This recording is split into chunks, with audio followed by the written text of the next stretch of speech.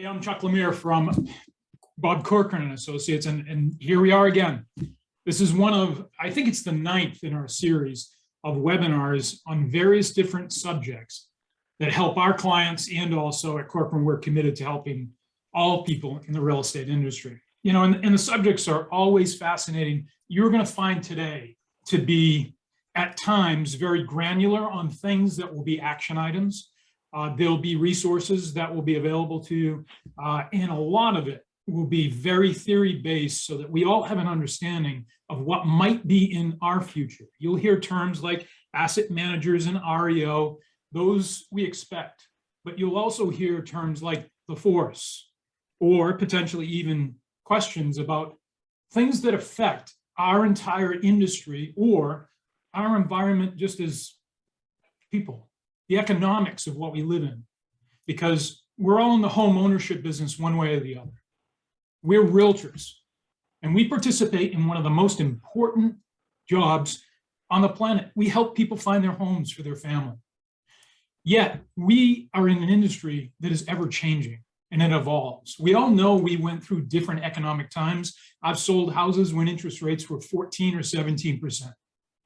So those people who are new to the real estate industry don't understand what that's like. And honestly, people who are realtors today don't understand what it was like to be a real estate agent in 04, 05, and then have 06 hit, and 7, and 8, and 9. And if you didn't pivot, if you didn't learn, if you didn't understand, then very often your business collapsed. However, there were great people that understood what to do.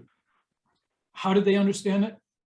From great people like Bob Corcoran, Ed Delgado, who have been in this industry for more than 3 decades. So you'll love today's conversation. Before we get to it, I'm just going to mention a couple of housekeeping items. We have more than 300 people registered and online today. Bob is going to talk about certain resources, so will Ed. We'll put those items in the chat inbox, but also you can always email us. So we'll make sure that you have our contact information, and you can always request something because we're always willing to give. Because at Corcoran Associates, we focus on helping teams grow and achieving their results and taking people to where they want to go. So hopefully this conversation today is one of the pillars of income that add to other items that you're doing as individual agents or teams to ensure the fact that you're reaching your goals and having the revenue and financial capacity to serve your families. And we're proud to provide that to our clients. The other thing is, if you have questions, feel free to ask. This is an open conversation. So in the chat box, please put your question. I'll be monitoring that. I'll interrupt Bob and Ed if I can, because guys, once they get going, it's going to be challenging to stop them because they know our business and all they want to do is share things with you for your benefit, for your business. So drop your question. I'll be sure to repeat it and engage it. And if we have so many questions that we can't answer, we'll be sure to take today's content and make sure we continue to communicate with you. So with that, let me introduce my friend, my colleague, who's been teaching teams how to achieve greatness for more than 30 years. Many of our clients average 350 transactions a year. Some of them do over 1,000. We build systems. We create culture within teams, but not our culture. We help those teams create their culture. And today's conversation might be part of those systems and structures that you put in your culture today. So with that, let me hand it over to my friend, Bob Corcoran. He's going to introduce Ed Delgado, who's been a friend and a colleague for years. Ed is a 25-year veteran in the mortgage industry, has held executive positions with Freddie Mac, Wells Fargo, JP Morgan Chase. He is just an absolute wealth of information from his experience, but even more than that, his information and his thoughts are current and relevant. So with that, Bob, take it away. Awesome, Chuck. Thank you. That was probably the best introduction I've ever heard you do, and Ed and I truly appreciate it. You know, I've known Ed for a number of years, spoken at a couple of their conferences over the years, and the one thing I always loved about speaking at one of Ed's conferences, top-notch, top shelf all the way. Okay, and I think when you understand this, you know, I teach the real estate industry. We teach about the multiple pillars of real estate. And foreclosure is one of those pillars. But, having done that, you have to have a foundation of what it is you want to achieve in real estate. And hopefully over the next hour or so, you're going to learn what are the things that are missing in your business. When we look at from the real estate side, like Chuck said, our average client last year sold 358 homes. I'm more impressed with the units per agent on a team that we coach, which last year was 37.2 for the average agent. And I think when you look at those numbers, this isn't like '06 when we had the big foreclosure boom. Okay, when you could sell 1,000 homes and work Monday through Friday. Well, it's grossly different. You can still sell 1,000 homes, work Monday through Friday, though. But I think as we're talking about this, and this topic is so relevant now at this point, because it's leading to we have the end of forbearance coming. Ed and I will talk about that. We still have, foreclosures out there. I still have many clients that are still doing the foreclosures. But what does your business look like? And where do you want to take your business? Is it right for you to pursue the path, of foreclosures? Maybe it is and maybe it isn't. And if you don't have much knowledge, I know that 5-Star, they have some of the best programs. And if you need education, go to the 5-Star Institute website. Look at joining a group like The Force. You will learn more in your association with 5-Star in The Force about foreclosures. I'm sorry, than probably even Ed Delgado can share with you. Okay, but it is a very committed program. Okay, even though he probably wrote the content. Yeah, don't worry, Ed. I'm watching your body language on that one. Even though they don't see it, I read it. Okay, but Ed, welcome to the show. It's always great to be with you. You're probably the most intelligent man I've met. Oh, that means you haven't met a lot of people, Bob. You're right. I've met Chuck. You gotta well, first, I want to thank Chuck for the introduction. It's always humbled. And I also feel old when someone recaps my career. And 30 years, God, that went by quick. Bob, your name is synonymous with success. You've built an amazing network. You've educated tens of thousands of industry leaders. So this industry and to a large extent, this nation is in your debt for being so transparent and helpful as you've been over the decades. So it's an honor to be doing this with you, sir. And I mean that sincerely. I, like you, get humbled when I hear those things. We're in it because we're passionate about it, Ed. We're in it because we're old, Bob. Let's just come on, dude. Old, we're not old, we're wiser. There you okay. Anyway, where do you see the state of the real estate market, Ed? I think it's at an inflection point. I think we've watched a very artificial event over the last 18 months that was driven predominantly by COVID. So you have this tremendous growth in home price appreciation. You have you're operating in a low interest rate environment. You have no foreclosures to speak of inherently. So you've basically rigged the system to be very, very successful. And it has been. I think we're approaching the end of that cycle. I mean, we always talk about cycles in this industry, and whether it's a buyer's market or a seller's market. This market has been white hot for quite some time, despite the influence of COVID-19. It's almost been immune, no pun intended, to the effects of the pandemic. That's about to change. And I think 2022 is going to be that year of correction, and we're going to see things head in a different direction. And I agree. I think, looking at all the economists I've spoken to or reports I've read, 2022 is probably going to be closer to what we always deemed as normal in real estate. Now, I will disagree with that there's not there are foreclosures out there. Hell, I have a client this year, Ed, will do over 100 REOs this year. Yeah. Okay, in a very small market.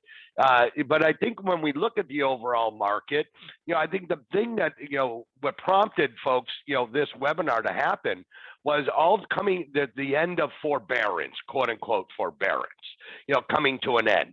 Ed, what does that mean? Forbearance is coming to an end. Well, look, you have to go back to the beginning to understand where we're at today. So when and I applaud what the prior administration, the Trump administration, did And I applaud the work that the Biden administration has done. Chuck, that's a way of me staying safe, so I'm not pissing off the left or the right. I was, because you were pissing off me already, but go ahead. Because we'd lose half our audience. Immediately. Half our Yeah, audience if I went one way absolutely. or the other. So look, I think unlike the subprime crisis that we had back in 2009, 2008, I think what we saw was an immediate and targeted response to what could have been a potential collapse of the US economy, right? Because there's a corollary between where housing is heading and where the economy is heading. And again, we saw that at the onset of the Great Recession. In this particular incident, what the administration did is that, okay, we're simply going to stop all foreclosures, and anybody that raises their hand gets a forbearance. And that forbearance has been extended multiple times, that forbearance period. So you have 3.8, 3.9 million people that come out of the gate saying, I can't pay my mortgage. There's some noise in that number. I'm not quite sure that everybody that said I needed help needed help. I'm not quite sure that the mortgage companies were selective. I know, without naming the organization, the company I do banking with, also I happen to have my mortgage with, and I called because I had a very simple inquiry, and I needed to speak to a rep. I didn't want to go through the automated process. And the first thing out of this young lady's mouth is, you do realize that you're eligible for a forbearance? I said, yeah, wow. I'm calling about something unrelated to my mortgage. Would you like me to put you on a forbearance? I said, no, I'm super good. Everything's great. Right. Well, sir, we have a wonderful program that's supported by the government, and we can just with a click of a button put you on a forbearance. And I kept saying no. Wow. I had to beg them not to put me on a forbearance. Now, that's vastly different than where I think we were 10 or 15 years ago, but I think it's relevant to the conversation in that anybody that wanted a forbearance, and some people that didn't want a forbearance, got a forbearance anyway. Okay. So what happens over the course of time are these forbearance plans start to expire. And the natural assumption is that as they expire, there's going to be some increase in default because the protection erodes. People have been financially impacted. They can't pay their mortgage. And that's a legitimate concern. It never happened. People are exiting forbearance plans, and the plans are expiring and they're reinstating. So either servicers are doing one of two things. Either the customers are just resetting their mortgage by capitalizing the arrears, potentially extending the term, and they're hitting a reset button, or people did not have the challenges that we thought they had, because delinquency has actually gone down as these plans are leaving forbearance. So that's why I said you have an artificial condition in the marketplace today where default has been suppressed, foreclosures have been suppressed, the numbers are way down, but that's about to end. That's where we're gonna spend some time talking about where I think we're heading today. Now, having said that, not only are we seeing plans expire, but in the October-November timeframe, right? So we don't have the final numbers from October yet, and we're still obviously in November. Another 250,000 plans are scheduled to exit forbearance protection. And half of that number, about 120, 125, are hitting what is termed as the final expiration of their forbearance, which means there are no more extensions. So you have this natural progression of loans that are re-entering the system, but they're just not as toxic as what we saw in the subprime crisis. They have greater resiliency and response to re-emerging from this temporary hold and then reperforming going forward. So that's my take on forbearances. One last data fact. And I should say a lot of the data points that I talk about comes from Black Knight. I know, Bob, you said at the start of when we were rehearsing, what did you say? Something like 36.8% of all statistics are made up on the spot. Yeah, only 38.6% of the time. Yeah. It's like the cologne in Ron Burgundy. It's 60% of the time it works 100% of the time or something like that. So you make numbers dance. But new plan entries. So these are people that are now asking for help. Those numbers are down. So we seem to have stabilized the economy to some degree. I don't think that we ever hit some of the doomsday forecast relative to this wall of foreclosure that we were going to hit. If you go into your time machine at the start of COVID, there were economists that were projecting 22% unemployment. I don't think we got as high as 14% and then came down from there. So I don't want to declare it a non-event. It obviously was an event. Forbearances had a material impact. There is a substantial backlog of homeowners that should have gone to foreclosure that didn't. They will have to be addressed in the next 12 to 18 months. Add to that the resumption of foreclosures that I believe will start to kick in Q1 of next year. You have a series of developments that I think are going to impact the market overall. Okay. Well, let me ask you this, Ed. If we go back to, the big foreclosure boom, the 06 to 08 timeframe, how big are asset managers with today being, with forbearance coming to an end? Okay, there's a certain percent of the people, they just like your bank. You want to go on forbearance? They kept pressing it. I don't know. They must get paid a commission for everybody they put on forbearance, maybe. Okay, the way they were pushing you. Sounds that way. But with these people coming to an end, there's going to be a certain percent of them, okay, who, hey, I'll take forbearance. I don't need to make a mortgage payment for who knows how long. And then they're just going to tack it on at the end. So it was living free for a year and a half, whatever. Okay, there's going to be a certain percent of those that are in forbearance that are going to be okay coming out of forbearance. But yet there'll still be a good percentage of them where the people are out of work. And even though the banks might want to refi the property, because I think in the last report I read is the average person in forbearance has seen a 30% increase in equity in their property.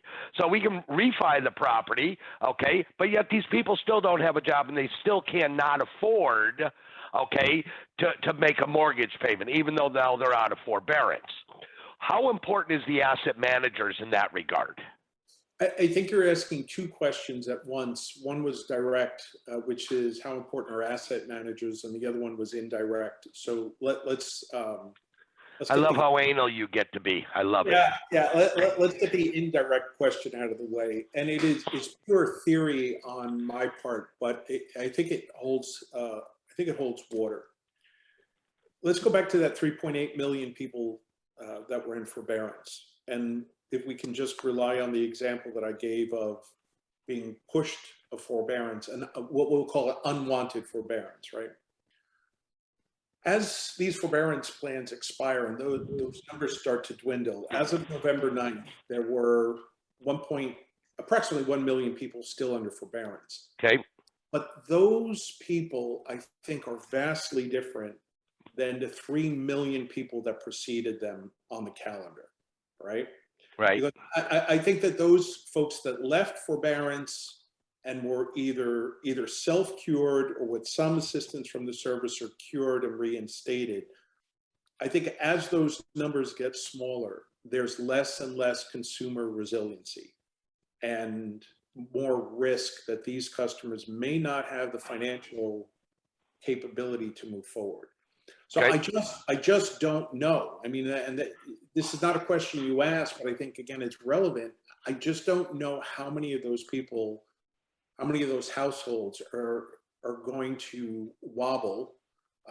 And in a moment, we'll talk more about the economy, but I think that there is an embedded risk in the industry right now as it pertains to the great unknown, what happens to those million people. And for purposes of discussion, let's assume another half just self-cure. You still have 500,000 homes at risk of advancing to foreclosure. And these are the people that have needed the longest amount of protection and care since the onset of the pandemic. As it pertains to asset managers, look, I think we're in a very different place today than we were 10 years ago. There's been, now, gosh, it's almost 15 years, right? Since we started to see a sizable shift in the real estate and the housing market. They are important. They will always play an integral role in the process. But I do think the mechanism of which foreclosure and REO is being put through the system has changed dramatically. And the technology is different. And the utilization of online disposition strategies is different. Back in the day, asset managers, man, come Christmas time, the champagne was flowing and the gifts were coming in, and all that's changed. All that's gone. That doesn't exist anymore today. Right. So it's more about education, understanding the complexity of the marketplace, more importantly, understanding where you are at in the system, because you have regional shifts in terms of the real estate economy, and it's very different living in Louisiana right now than it is living in California versus Texas versus Wyoming. So being your own subject matter expert in the field is critical, and absorbing all the information and getting the training and the education, and a bit of a gratuitous plug for you, Bob, that your organization offers. I think that's how, companies like yours help facilitate success by being informative, right? And it's not just going to Main Street media. It's more about understanding who are the subject matter experts in the industry that have great. Right. Okay. All right. So in essence, asset managers are still going to control the properties, correct? And distributing those in foreclosure, correct? Yes. Okay, so I know on people's minds right now, great, how do I connect with asset managers?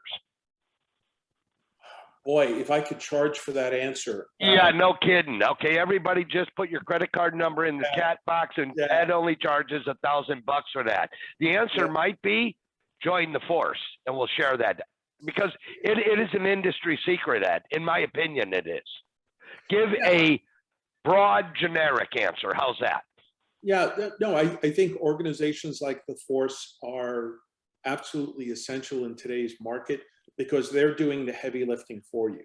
Yeah. How do you know who the asset managers are at Fannie and Freddie? How do you get in touch with an asset manager on balance sheet risk of any of the major banks? Who would you contact on a non-depository institution if you want to get your name out there as being an available resource for asset disposition like REO?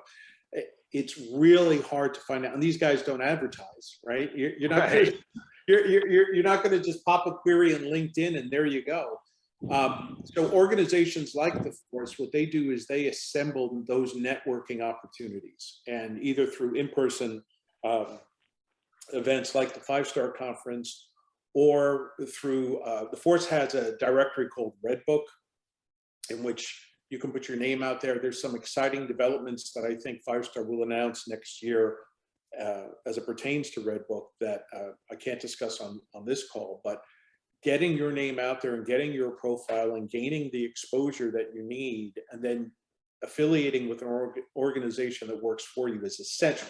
I just simply wouldn't know where you'd begin without one, right? So the Force is obviously, because of my affiliation with 5-Star, I'm a bit biased, but the Force is the way to go.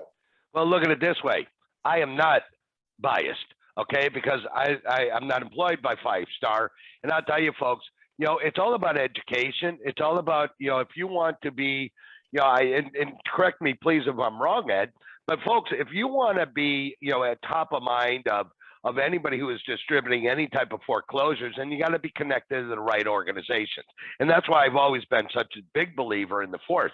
Matter of fact, Ed, I think before you were even around, because how long have you been with 5-Star? Oh gosh, again with the years. I know, I'm showing your age, bro. It's been over 10 years.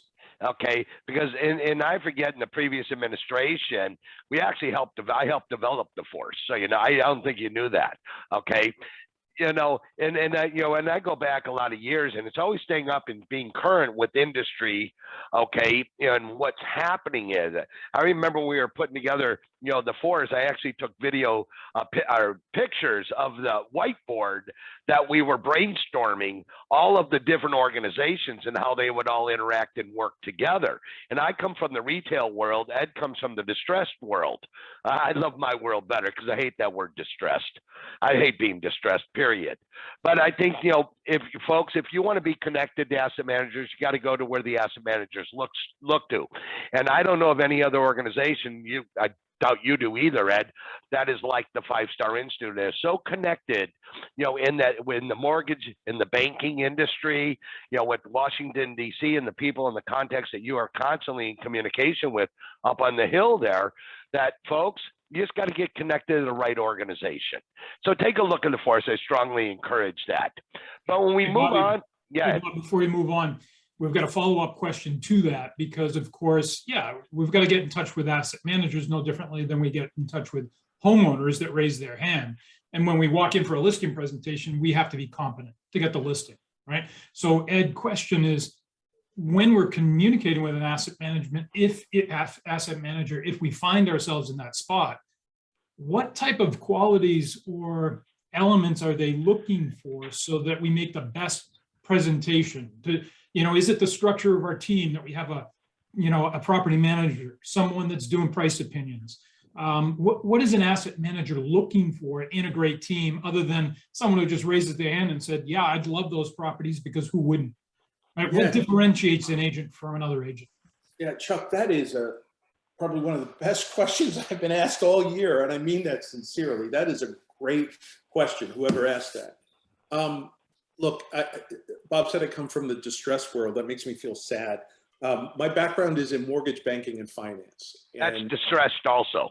Yeah, I get it. And one of the things, and I took great pride in being part of those organizations that I worked with over the years, right? Whether it was Freddie Mac or Wells Fargo or Chase. But the corporate standard by which we were all trained in how to handle ourselves. And that was kind of a big thing when you're in banking, how you present yourselves to the community, how you present yourself to your colleagues or to senior executives. And more often than not, careers were influenced by how you conducted yourself in front of others, right? I want to be very clear. I'm not judging and I'm not criticizing. I'm making an observation. One of the first events I attended that was heavily attended by REO agents, and at the time I think I was working for Freddie Mac. An agent came up to me, extremely polished, very well appointed, introduced themselves, extended their hand, asked for permission to give me their business card, had a very delightful conversation, was very, very articulate in saying, I recognize the critical nature of the secondary market in the industry. I also understand and appreciate the value that Freddie Mac brings in providing liquidity to the marketplace. And I'm listening to this, I'm saying, holy cow, this person has it, right? Right. I would like the opportunity to be considered for some form of a relationship with your organization. My expertise is in the disposition of distressed assets and REO properties. Here's the region I'm in. By the way, I've taken a look at some of the emerging foreclosure trends in the marketplace, blah, blah, blah, blah, blah. And man, oh man, when I had that card, to me, I was pinching it between my thumb and my pointer finger because this is somebody that I wanted to bring into our organization. About half an hour later, a gentleman came up to me. His shirt was untucked. He was unshaven. He was on his fourth or fifth drink. He was spilling the drink and wobbling as he was talking to me. And verbatim, he said, how come I can't get Freddie Mac to answer my calls? Gee, let me guess. So my point is this. I would view every opportunity to get in front of an asset manager as an interview. And I would treat it as an interview that's going to pay you $1 million a year. Whether you're making $20,000 a year off that relationship or $200,000, it's irrelevant. Treat it as if this is $1 million a year job. Great advice. Wow. And be really precise. Take the time to educate yourselves. Present yourself in a manner that people say you're different. That's the one thing about real estate agents. It's a super crowded field. So how do you distinguish yourself from everybody else? You have to elevate your standard of care, and that's how you have to present yourself. I quite frankly say, how do you differentiate yourself? You hire Bob Corcoran and Associates to coach you to get you there. Well, I do have a question for that later on, Bob. We'll get to that, but to stick with Ed's topic, you know, one of the fears that agents and teams have, no matter how strong they are, is how do hedge funds and REITs figure into this, Ed? Because we all know that through the 06 to 11 run, and even after that, a lot of major funds were bought up. So do these get, let's say, a 500,000 actually head to foreclosure? Mm-hmm. How many of these are even going to hit the market on a retail level? Do you feel that they're just going to be gobbled by some of the, you know, money that's there with equity funds and other people that will buy them in mass, or even a strong team that has someone that has a great asset to rely upon? Are they going to be bought by the individual agents themselves and then serviced? It's, again, super question, right? So hedge funds and REITs have been around for decades. That's nothing new in the environment. I think a lot, and there's a tremendous amount of liquidity in the marketplace. There's also a tremendous amount of demand for assets in the marketplace right now. I think one of the things that we have to be mindful of is, what are the economic conditions that these organizations are operating under? Where do they see the market trending, not just for the next year, but for the next 3 years, right? Because a lot of their investments are going to be, you know, buy and hold, because they want to gain value on the appreciation. So to the extent that home price indices are pointing downward and home price appreciation is scheduled to stall, I don't know how involved they're going to be. Now, I know I'm going to sound like I'm flipping again, but you have billions and billions of dollars in liquidity in the marketplace sitting there and burning a hole in people's pockets. So it could be that a good chunk of that is bought up. But you also have a very different dynamic today than you did 10, 15 years ago. You have BTR, build to rent, single family rental is also challenging. You have auction services, which have advanced tremendously in the last 10 years. So I think part of what Bob and I are trying to do on this call is saying, look, you have to think differently. This is not housing crisis 2.0. I get it. Trade publications put that out there all the time. Oh, it's a housing crisis. It's not a housing crisis. It's fake news, fake news, fake news.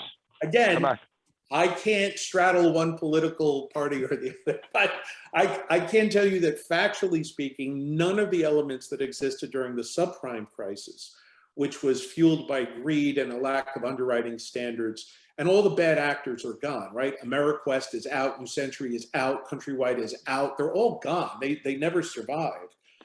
So I think, yes, is the answer to your question. I think hedge funds and REITs are going to come into play. How much so? I think you have to look at the futures to have a better understanding.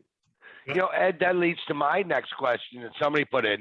You know, when we talk about REITs, we talk about hedge funds buying up these properties. Ed, what are you hearing and what are you seeing? And I have my own opinions. How is the supply chain being affected?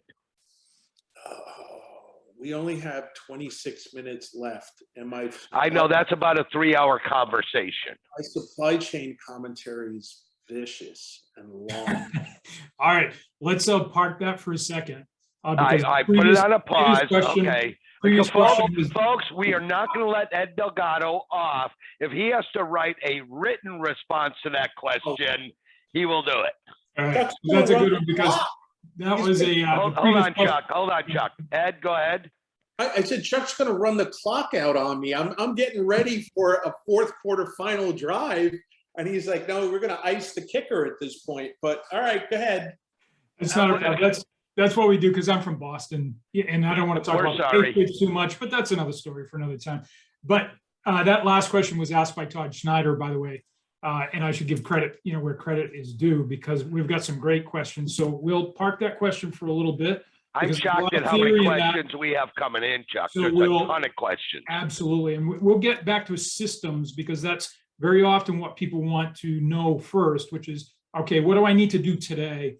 And Jim Hastings asked, Bob, what are the systems I need to set up as a broker to be able to handle REO? And how do I do that? Well, in my opinion, my first answer, Bob Corcoran's answer, there are specific programs that are built for the REO world. However, I think it's more inclusive to ask, what does whoever is distributing the assets to you on foreclosure, what programs do they require you to use? That's Jim, that's probably the better answer, I think, Ed, unless you tell me something differently, because I think each asset management company, as they're distributing their assets, they have specific systems they want you to use. Is that an accurate answer, Ed? I had on mute. Sorry about that. The answer is yes, Bob. You're spot on.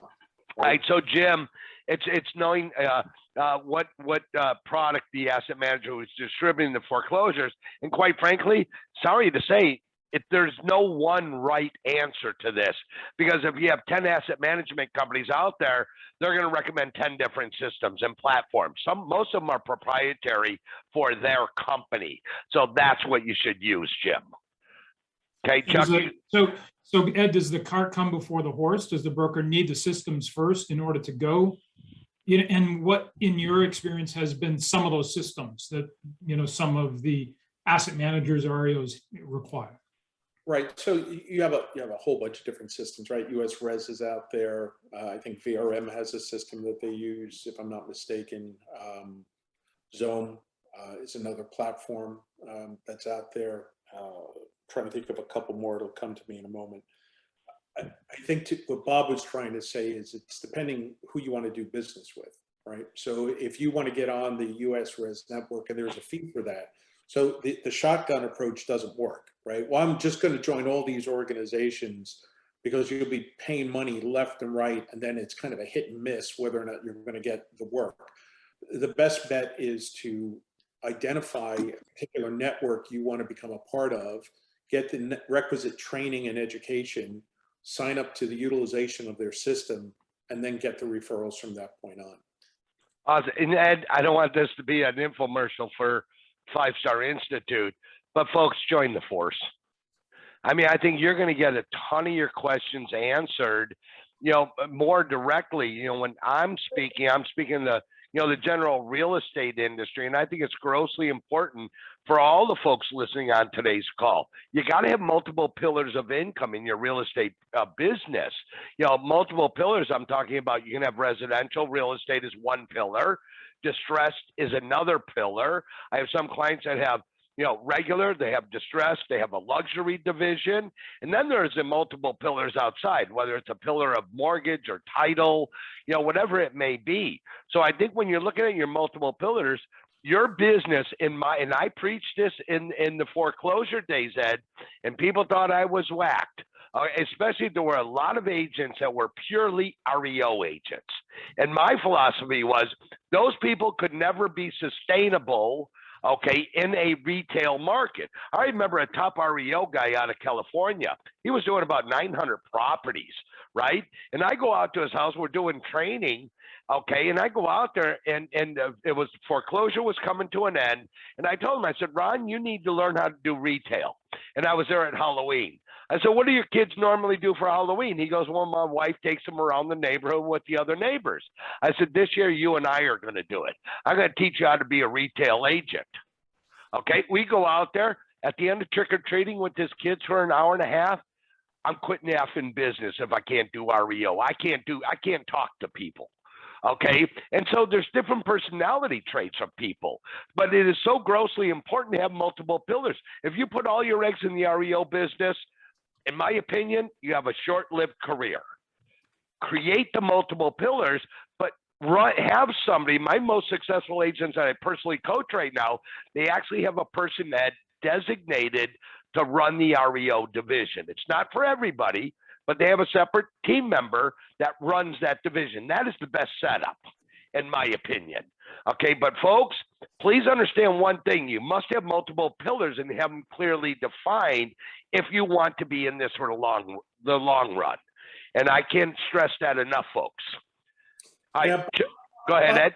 Bob's right. I think let's go back to an earlier comment where, how do I become successful as an agent or broker in this space? And the answer is you have to demonstrate and follow the attributes that I think most organizations are looking for, right? So if you're looking to get HUD listings, and I know that's the largest component of delinquency is born from FHA loans.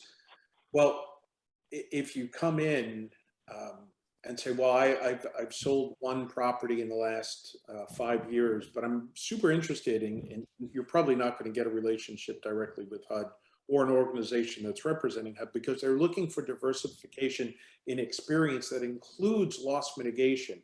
And I know that sounds a little bit quirky, but they want to make sure that if you're bringing an agent and broker into your house to represent you, you are familiar with the various facets of mediation and disposition strategies and understanding the markets.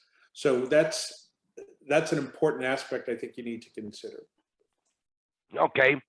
You know, the one question came up, and thanks, Ed, for answering it in the conversation.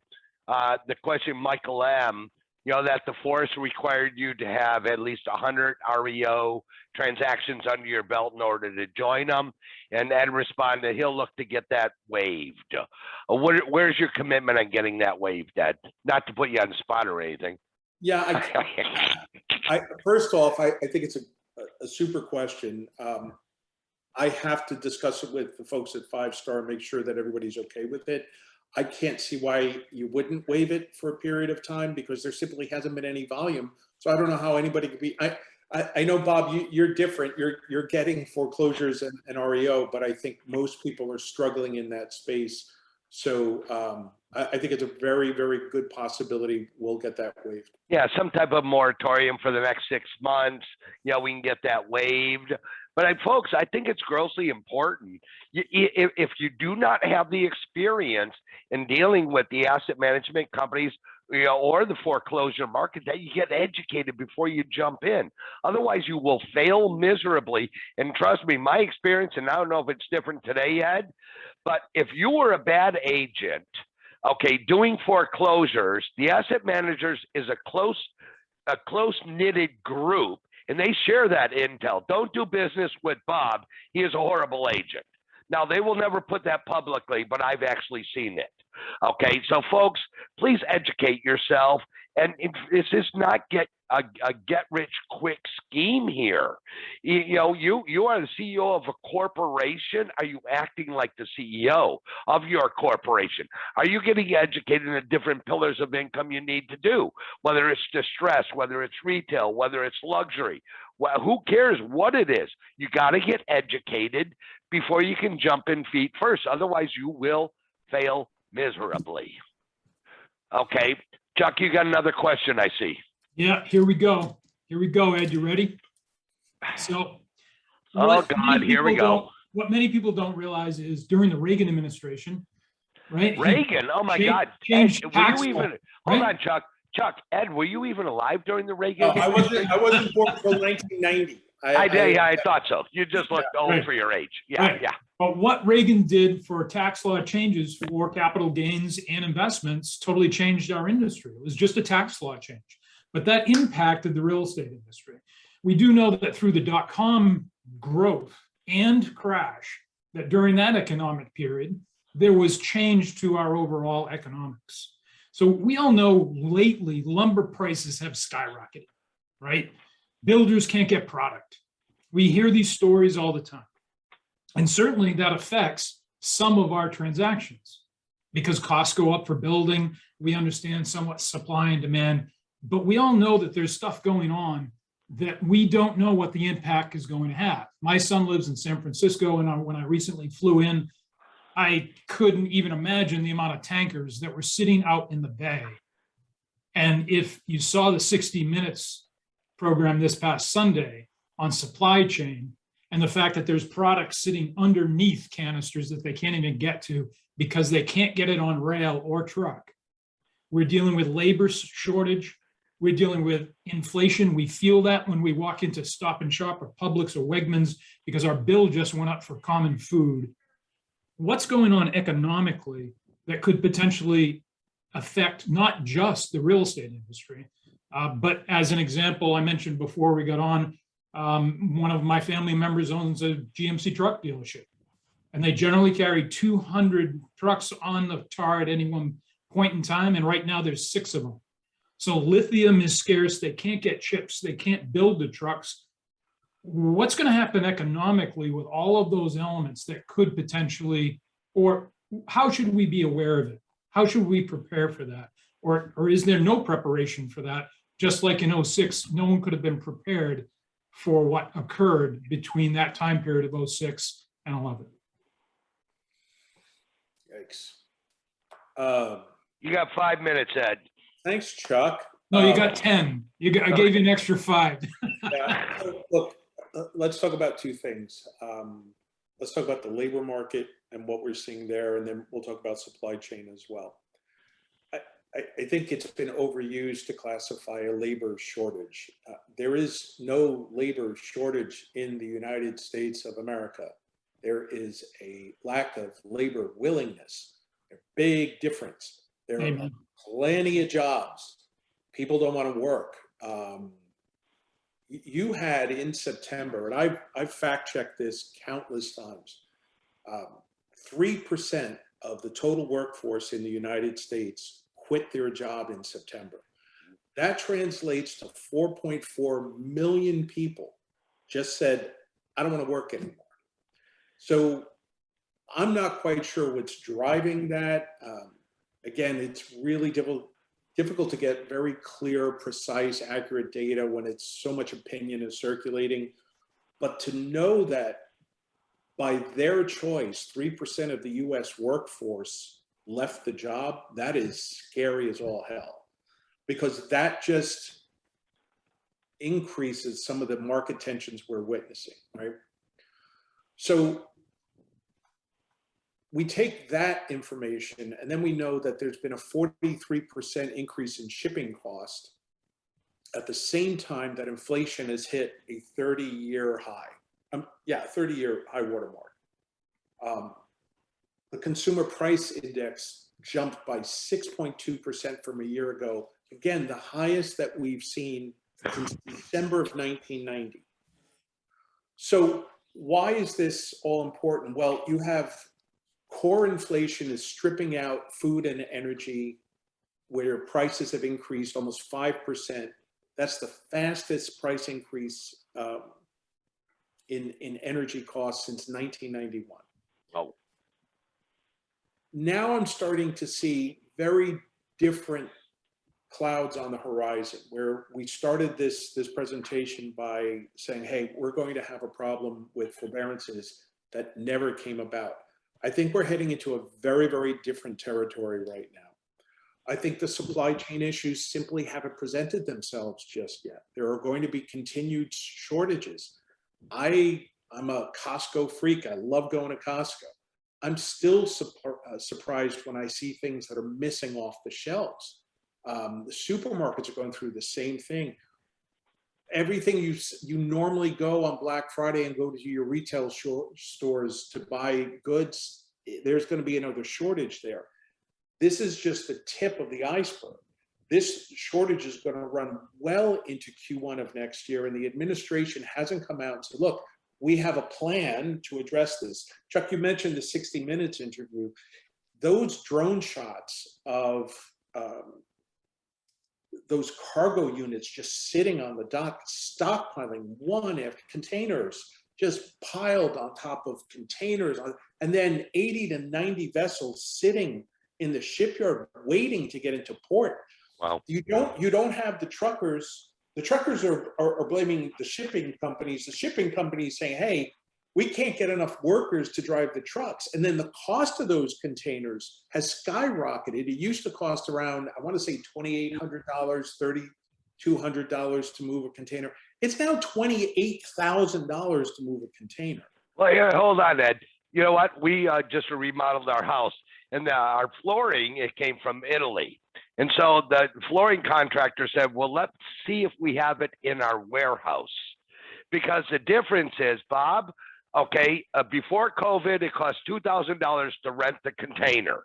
Today, it is $26,000. I was blown away. And fortunately, they have my tile in stock. Because you know the prices are being passed on to the consumer in the remodel. Heck, I ordered these 2 pillows, Ed, okay, 3 months ago, and they're coming in March. And I'm like, can't you put them in a FedEx box and ship them to me? Bob, these are upscale problems. If you need a pillow, I will send you a freaking pillow.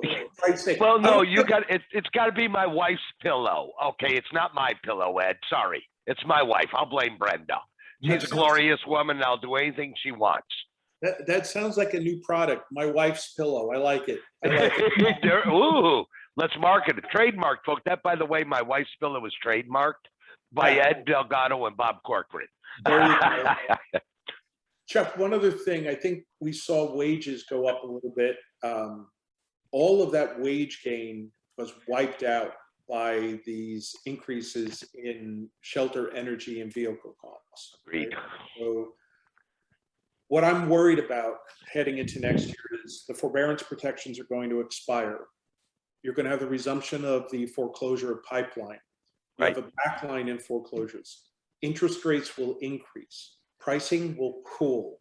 You're now starting to see the formation of a series of components that will impact the macro economy. Supply chain will continue to hurt the distribution of goods and services across the United States, including lumber and supplies to build new home construction, which will further be slowed by a rise in interest rates environment. So we have a confluence of circumstances. So I know we're running out of time. I'm just going to rattle off some things I think will happen in the next 12 to 18 months. Interest rates are going to go up. Delinquency is going to go up. We're now straddling the bottom of delinquency rates for the marketplace. You got to stop saying, oh, no, it's so much better. You're comparing it to a year ago where you had a catastrophic situation. Delinquency will rise. Foreclosure rates will increase. REO will increase.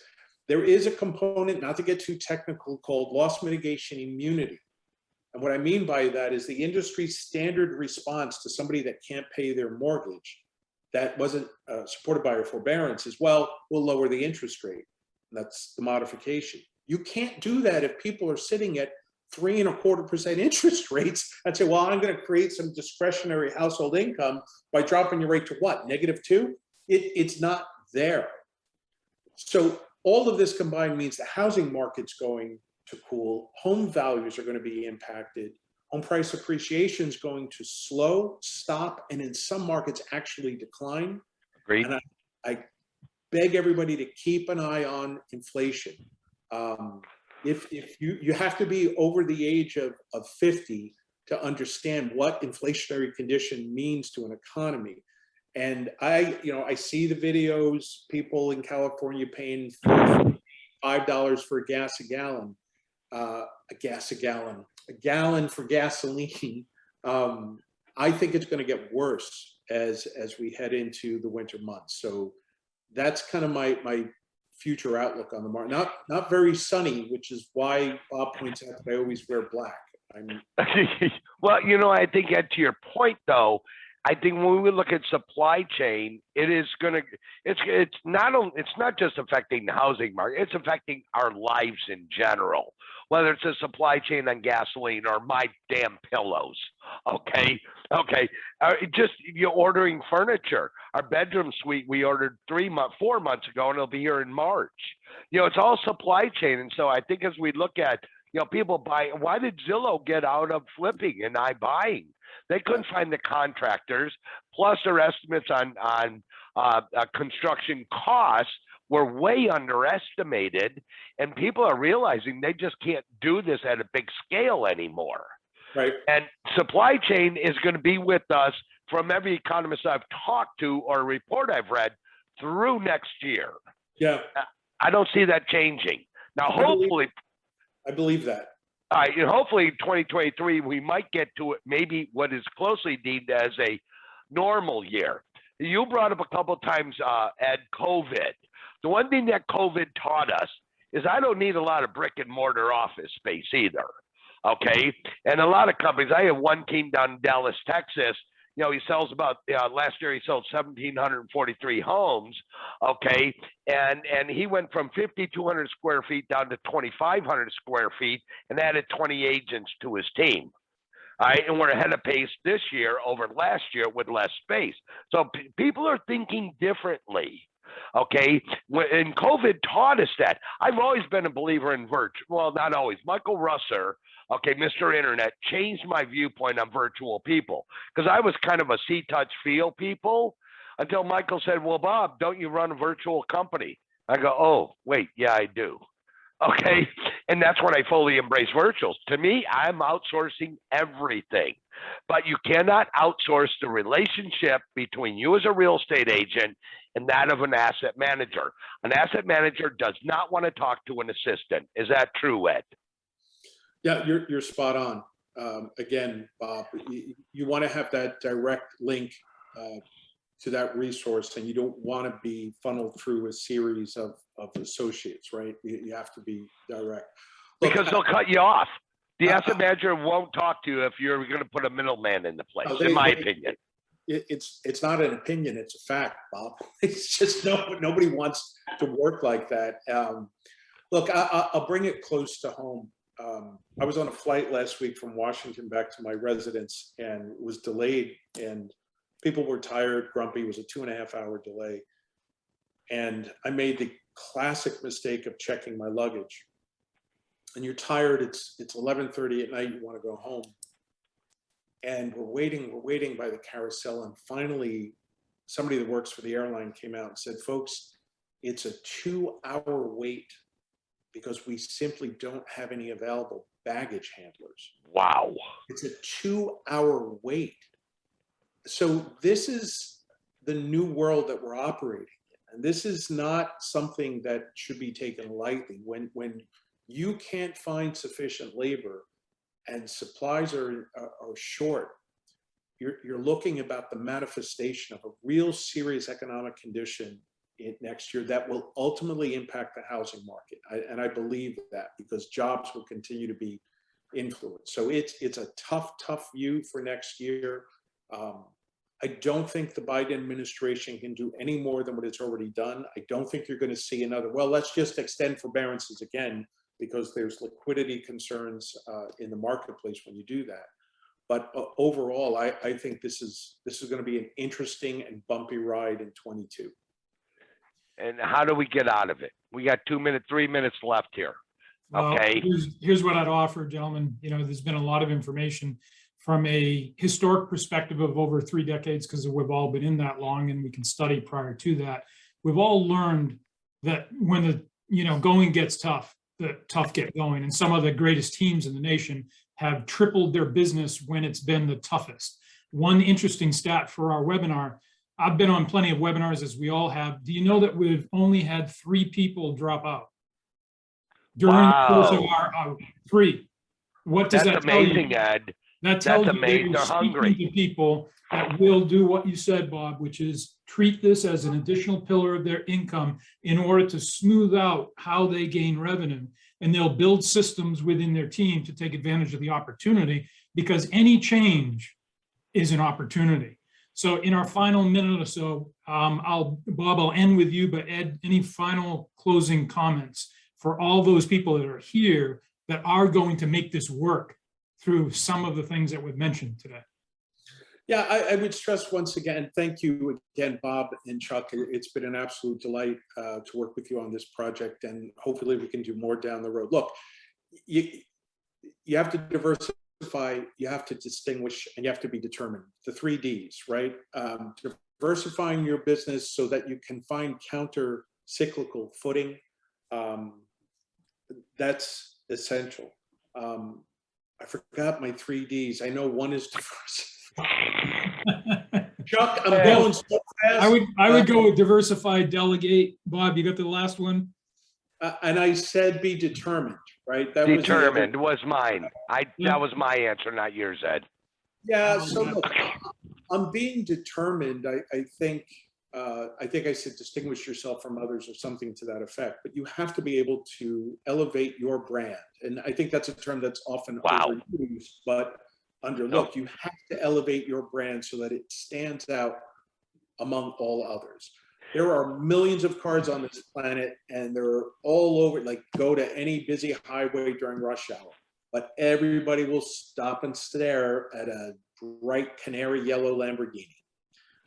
Because the power, the design, the look, what it translates, everyone says, wow. And that car's not for everybody, but everybody looks at it. And that's, if you're in this market, you have to make sure that you are sleek, you are fast, you have the right presentation, and that you are going to be viewed as a very powerful asset to any organization you participate with. That would be my closing.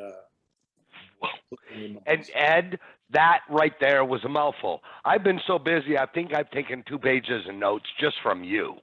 Okay? I'm the info folks. This is cutting edge information. It's on the spot information that is relevant to today's economy. I think what is grossly important, I think when Ed said, elevate your business, folks, it's about multiple pillars of income.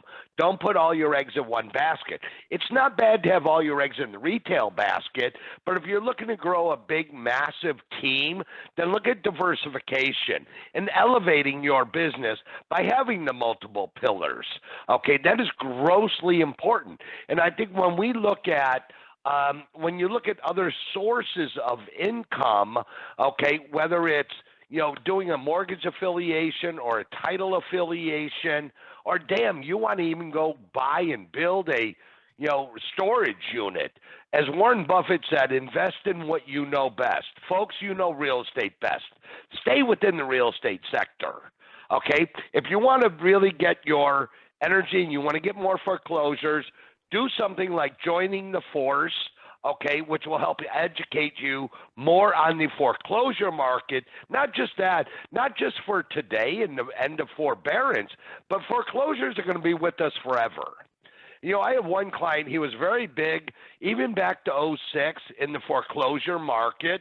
At that time, he was probably selling 500 to 700 foreclosures. Today, he's doing over 100 in a non-foreclosure market. So he's maintained the business principles, folks. So if you're looking at your business and you're serious and you're in this for the long haul, please, like Ed said, elevate your business, be fast. If an asset manager reaches out to you, don't wait 2 days to get back to them because they're moving on to the next agent. Okay? And I think, when you look at the different platforms and programs that are available to you out there, okay, all the tools are here. Are you willing to invest your time to be the CEO of your corporation? So in my closing comment, folks, if you want to diversify and you want to have multiple pillars of income, Chuck will give you our contact info. But folks, our passion in life in over 30 years is to help those who want to be helped. If you're unwilling to be helped, you're uncoachable, I don't know why I'd talk to you. Okay, sorry. Okay, and I'm sure Ed doesn't either.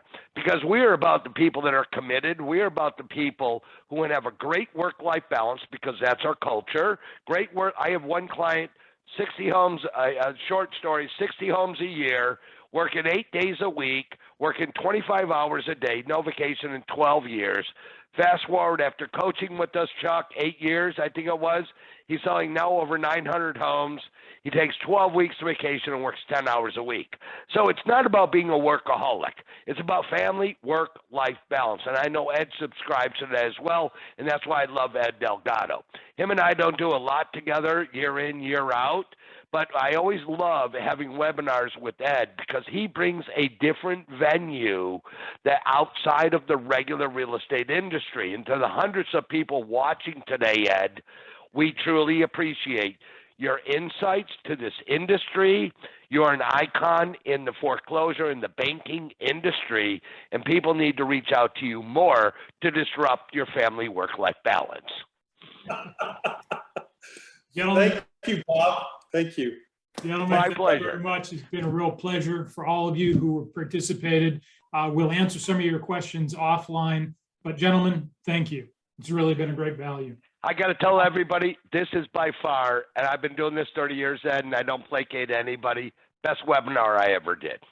I appreciate it. Thank you, guys. Thanks, everyone. Thank you. Thanks, everybody, for joining us. Bye-bye.